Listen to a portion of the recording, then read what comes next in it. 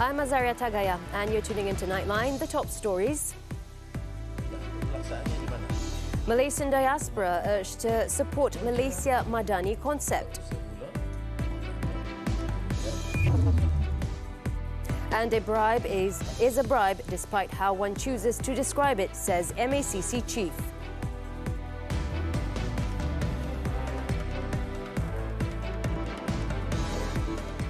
Good morning.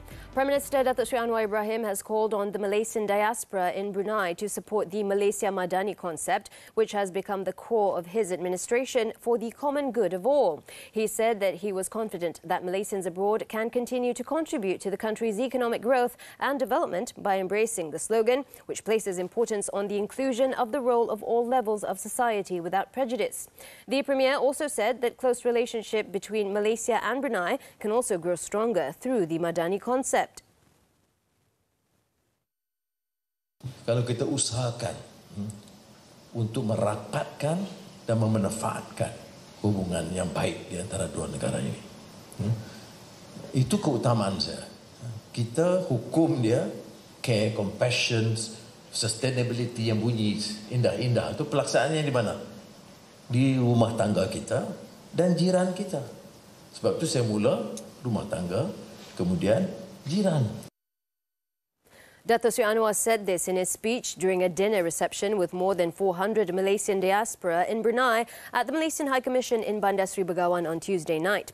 Currently, there are over 25,000 Malaysians working in Brunei in various professions and sectors.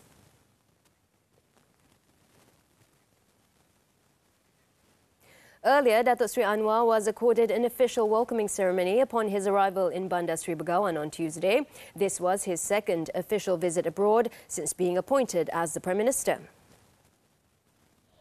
The special aircraft carrying the Prime Minister, who was accompanied by his wife, Datuk Seri Dr. Wan Azizah Wan Ismail, landed at Brunei International Airport at 3:13 p.m. Upon arrival, he was greeted by Brunei Crown Prince Pangeran Muda Mahkota Al-Muhtadi Billah Sultan Hassan Al-Bolkiah.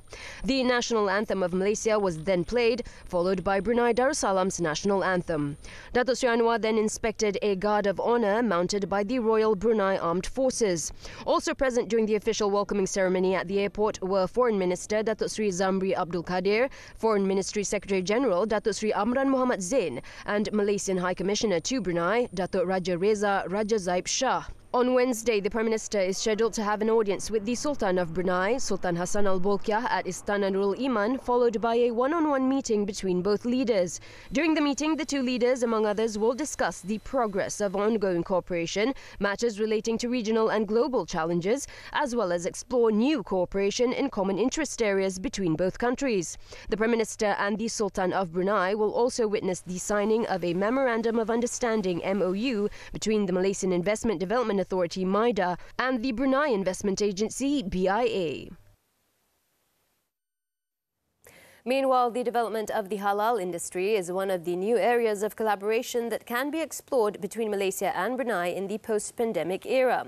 Foreign Minister Datuk Seri Zamri Abdul Kadir said Malaysia and Brunei's joint investment efforts in the development of the halal industry, especially in the production of halal food, will open a new chapter in terms of quality and certification of the halal industry that can have a mutually beneficial impact to both countries. According to Datuk Seri Zamri, aside from the halal food industry, both countries are looking to explore cooperation in several major economic areas that include digital economy, oil and gas, artificial intelligence, smart farming, as well as tourism. He also said that both nations are seeking to enhance trade relations despite significant changes in the supply chain in the post-pandemic era, which was adversely aggravated by the Russia-Ukraine war. Tetapi ada satu potensi baru yang boleh dibangunkan, iaitu apa yang dipanggil sebagai the regional cooperation, iaitu kerjasama di peringkat rantau. Dan dalam hal inilah kita yakin ASEAN boleh berperanan besar. He added that cooperation at the ASEAN level will be advantageous as the movement of goods and services can be done within the region more easily. Following the reopening of the economic sectors post-pandemic, Malaysia-Brunei trade relations recorded a positive performance with a trade volume of more than 10 billion ringgit. Last year, Brunei was Malaysia's 26th biggest trade partner and its 6th in ASEAN, with total trade at 13.22 billion ringgit.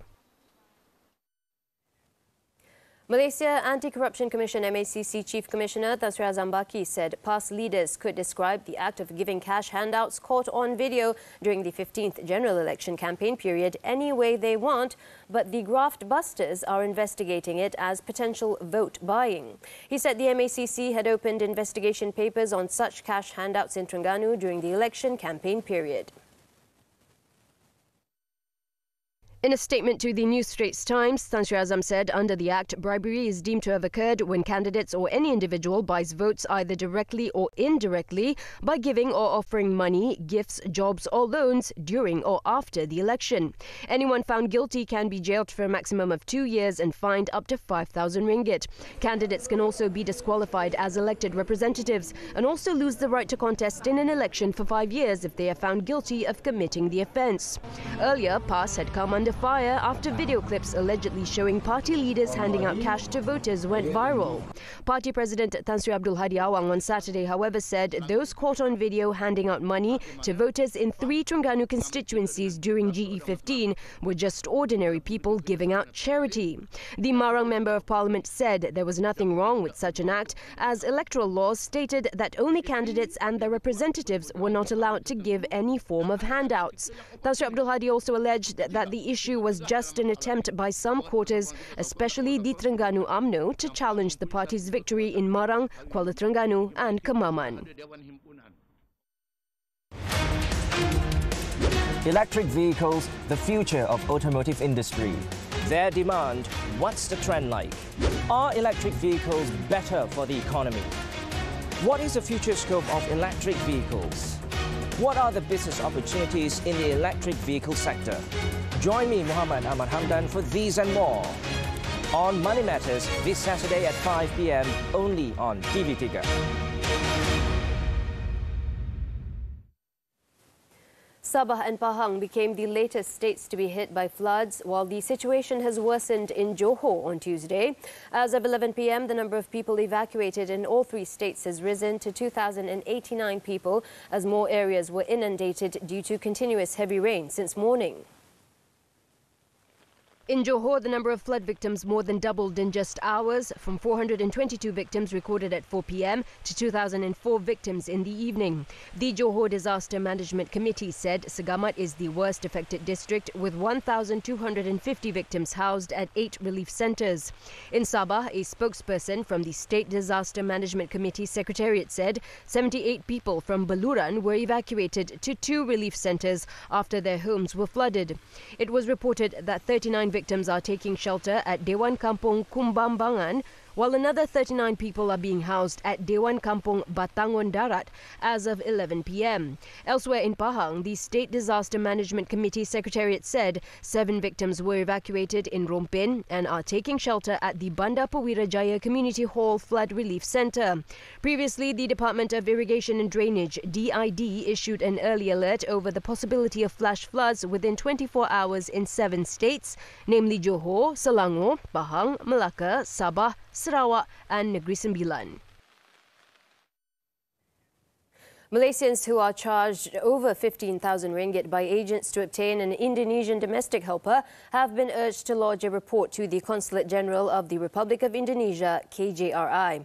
Its Consul General in Johor Bahru, Sigit S. Widianto, said this is following complaints on agents who still charged beyond the maximum limit set through the Memorandum of Understanding MOU on the recruitment and protection of Indonesian domestic helpers, which was signed by both countries last year.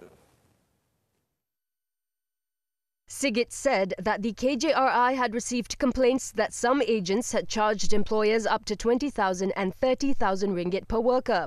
Therefore, the employers have been urged to make a report to the Consulate General's office to prevent the issue from recurring.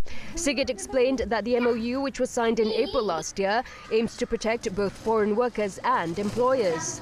Since the document was signed, around 1,000 applications to obtain Indonesian domestic helpers have been made so far, and the number is expected to increase permits based on current demand. In another development, Sigit urged Indonesians in the country without a valid permit to take advantage of the Labour Recalibration Programme, or RTK 2.0, which has been extended till year end. He also called on employers and Indonesians without valid work permits to submit their applications to obtain the necessary documents. Earlier this month, Home Minister Datuk Sri Saifuddin Nasution Ismail said the government agreed to extend the RTK 2.0, where illegal foreign workers in the country are given the option to return home or continue working by registering with a certain fee. The Education Ministry MOE on Tuesday shared its commitments and visions pertinent to transformative education as a path towards a more equitable, inclusive, relevant and resilient educational system. Its Minister, Fadlina Sideh, in a video message in conjunction with the International Day of Education 2023, said her ministry aimed for multi-sectoral investments and to render more significant assistance to early learning and childhood development. In 2013, we introduced the Malaysia Education Blueprint, which outlines a 12-year roadmap and comprehensive framework for a sustainable transformation of our education system. This was also in line with our efforts towards achieving in SDG 4 Education 2030. Further to that, Malaysia is reviving the National Education Advisory Council to pool ideas and actions with the aim to improve the country's education. Fadlina, who is also president of the Malaysian National Commission for the United Nations Educational, Scientific and Cultural Organization UNESCO, added that her ministry also focuses on the aspect of human dignity by emphasizing soft skills to inculcate good manners, morals and integrity among students. She also said the MOE continues to develop and upgrade the ICT infrastructure at all schools, as strengthening the digital education policy framework remains second to none. The minister also pointed out that future education requires teachers and students to be equipped with digital literacy and competencies to prepare them with a future-proof education. In this regard, she said it is imperative to forge collaborations with technology service providers and international bodies to enhance their digital competency.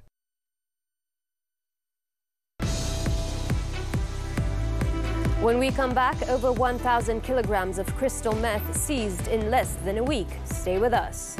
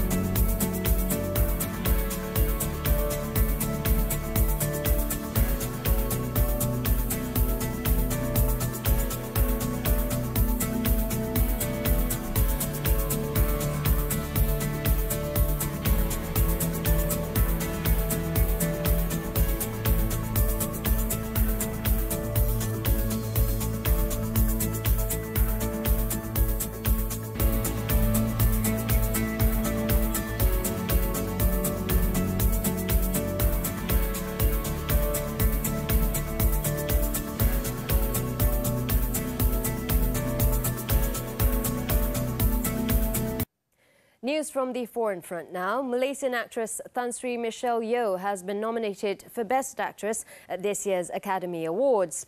The 60-year-old picked up the Oscar nomination for her starring role in Everything Everywhere All at Once, marking the first time a Malaysian has been nominated in the Academy Awards, which is scheduled to be held at the Dolby Theatre, Los Angeles on March 12th. Yeoh goes up against Kate Blanchett, Ana de Armas, Andrea Riseborough and Michelle Williams for the award. This award season has been a bountiful one for Yeoh, who has picked up multiple nominations and won Best Performance by an Actress in a Motion Picture, Musical or Comedy at the recent Golden Globe Awards. The Ipoh-born actress was the first Malaysian and second Asian to win the award.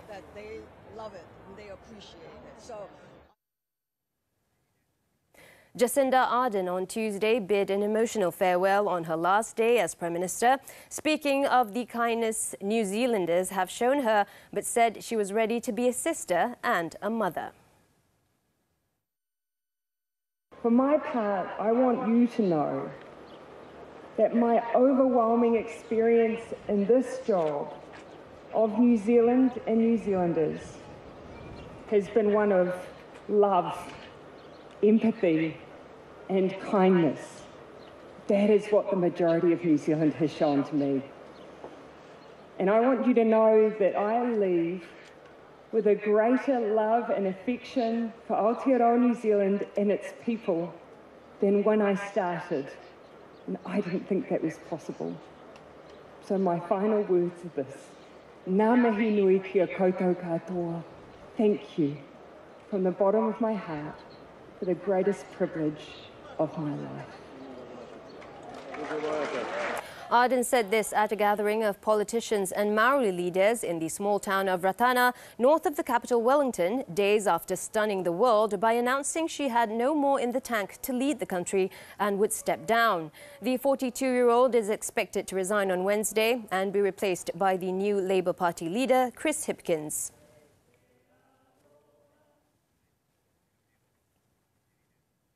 In other news, Thai police seized over 1,000 kilograms of crystal methamphetamine or ice in less than a week as the kingdom cracks down on smuggling that has surged since the country's borders reopened. Authorities said following a tip-off, police arrested 10 Thai nationals in a series of raids in the north and south of the country. In the first operation, police found 731 kilograms of ice in 2 separate raids in the southern Thai provinces of Patalong and Surat Thani. In the first raid on Thursday, 3 men were arrested after police discovered 688 kilograms of crystal meth in 3 pickup trucks, which they believe were smuggled into Thailand's northeast before being transported south. Police later arrested 4 more people after finding 43 kilograms of the drug being sold via a popular Thai messaging app.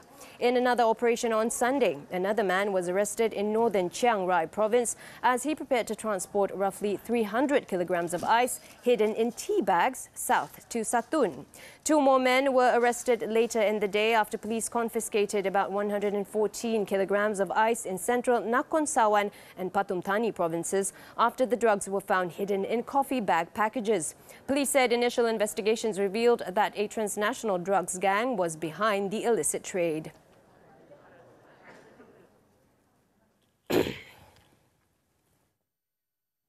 Over in the U.S., an Asian farm worker has been arrested after killing 7 people in a mass shooting, the second in California, in just 2 days. Officials said the latest bloodshed to hit Asian Americans in California occurred at 2 farms around Half Moon Bay, a coastal community near San Francisco. The suspect has been identified as local resident Zhao Chun Lee, 67, who was arrested after police found him in his car near a sheriff's office, along with a semi-automatic handgun. It was previously reported that 4 people were found dead and a 5th injured from gunshot wounds at a farm. Officers then found 3 other people killed at another location several miles away. Following the suspect's arrest, police said there is no ongoing threat to the community at this time, and the suspect is currently cooperating with investigations. A motive, however, is yet to be established.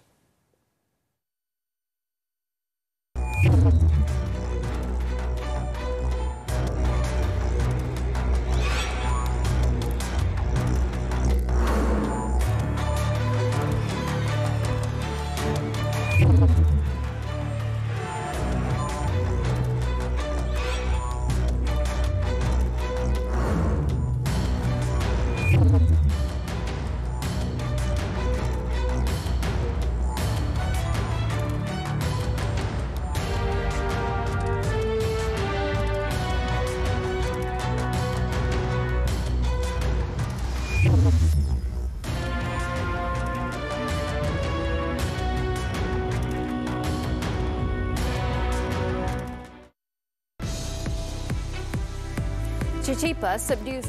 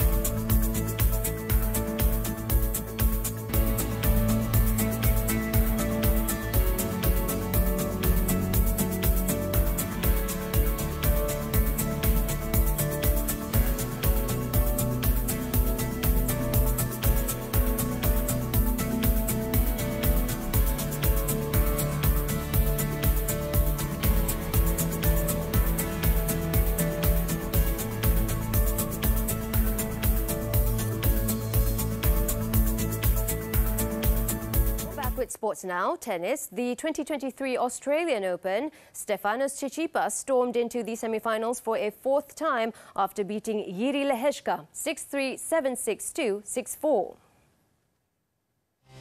Tsitsipas only broke Lehečka's serve twice in the entire match, but outshone his opponent at the end of the second and third sets to move into the last four.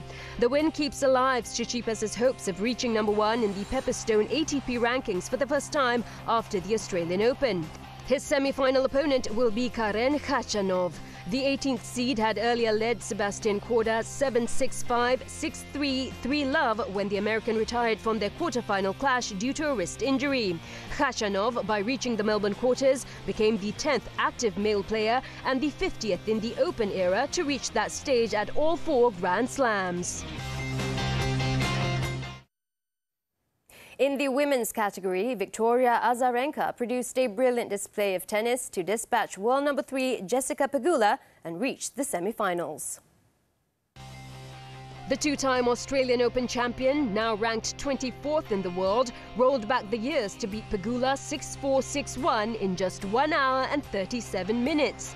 It marks Azarenka's best performance in Melbourne since she won the second of her 2 Australian Open crowns in 2013, as she advances to a second Grand Slam semi-final since 2020.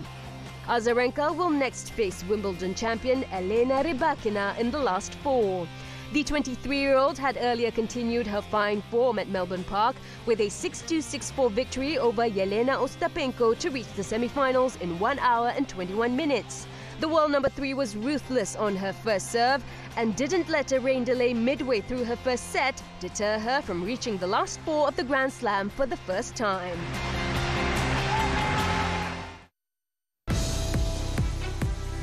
Still to come, 88 arrested over contraband worth over 64 million ringgit.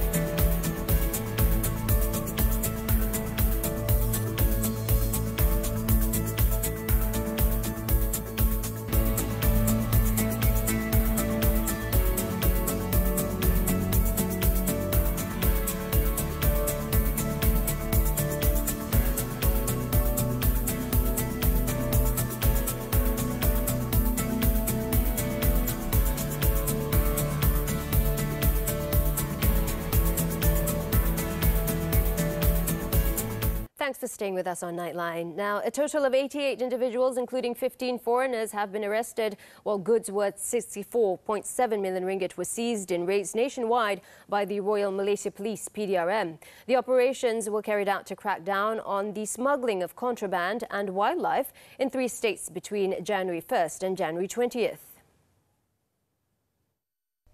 In a statement on Tuesday, PDRM Secretary Datuk Nursiah Muhammad Saaduddin said 35 raids were carried out in Selangor, Sabah and Perak during the period by the Department of Internal Security and Public Order, Wildlife Crime Control Bureau and the Special Investigations and Intelligence Unit.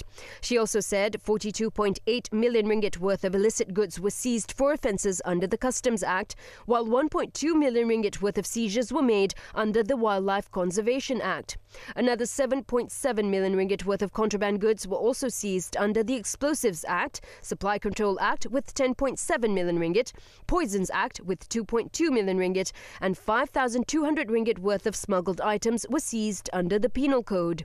She added that the police will continue to move forward by carrying out integrated operations with other enforcement agencies in combating smuggling and other criminal offences. The public is also encouraged to channel any related information to the police for further action. An illegal organisation that also includes police officers among its members is suspected of being involved in unlicensed money lending activities and illegally towing vehicles in the state of Terengganu. State Police Chief Datuk Rohaimi Mat Isa said the illegal organisation known as Ayahanda Harimau Kumbang or AHK was crippled after 21 individuals were nabbed in a special operation carried out on Friday. Those arrested include 2 police officers with the rank of inspector and 12 low-ranking police officers, while 7 others nabbed in the operation include the mastermind, known as Ayahanda Husin Kumbang, and his son. All those detained were aged between 20 and 49 years old. According to Datuk Rohaimi, the group has been actively recruiting policemen around Dungun to join the organisation since 2021, but it is believed that they have been in existence for much longer. He said preliminary investigations suggest that AHK members were involved in extortion while collecting debts and towing victims' vehicles. It is believed that there are between 200 and 300 members, and the organisation had also collected payment from members as a form of protection so as to avoid legal action in the case of wrongdoing. Datuk Rohaimi said not all of the police officers who were arrested were directly involved in criminal conduct. However, he stressed that it was a crime to be a member of an illegal organisation, adding that they face dismissal if found guilty. The suspects are being investigated under Section 43 of the Societies Act and Section 7, Subsection 1 of the Corrosive and Explosive Substances and Offensive Weapons Act. Police are working to track down the driver of a Proton X70 for negligence towards the safety of a child. This after a video of a boy sticking his head out through the vehicle's sunroof while it was cruising on an expressway went viral on social media. In a statement, Petaling Jaya District Police Chief Assistant Commissioner Muhammad Fakhruddin Abdul Hamid said his department had detected the 9-second video recording of the incident, which was uploaded to Twitter just after midnight on Monday. And based on the recording, he said it is believed that the incident took place on the New Klang Valley Expressway or NKVE on the stretch from Subang Jaya towards Bukit Lanjan. In the video, the driver of a red Proton X70 SUV was shown being negligent towards the safety of a child by allowing him to stick his head out through the vehicle's sunroof. Police also called on the owner or driver and witnesses who saw the incident to come forward and lodge a police report for further investigation. The case is being investigated under Section 336 of the Penal Code for negligent acts which endanger the life or safety of others. If convicted, the individual involved can be sentenced to imprisonment not exceeding 3 months or a fine not exceeding 500 ringgit or both.